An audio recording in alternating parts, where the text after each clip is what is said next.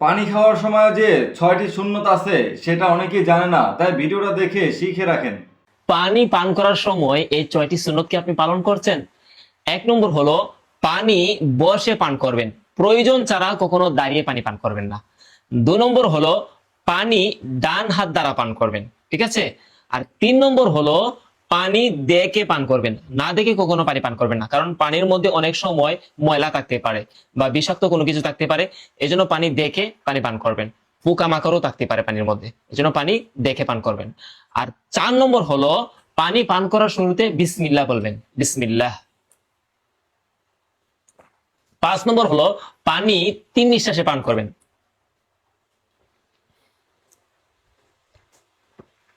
আর নিঃশ্বাসগুলো পাত্রের বাহিরে ছাড়বেন। যখন পানি পান করতে যাইবেন তখন আর নিঃশ্বাস পাত্রের ভিতরে ছাড়বেন না, যখন পাত্রটা সরিয়ে নিবেন তখন নিঃশ্বাস ছাড়বেন। আর 6 নম্বর হলো পানি পান করার শেষে আল্লাহ তাআলার শুকরিয়া আদায় করে আলহামদুলিল্লাহ বলবেন।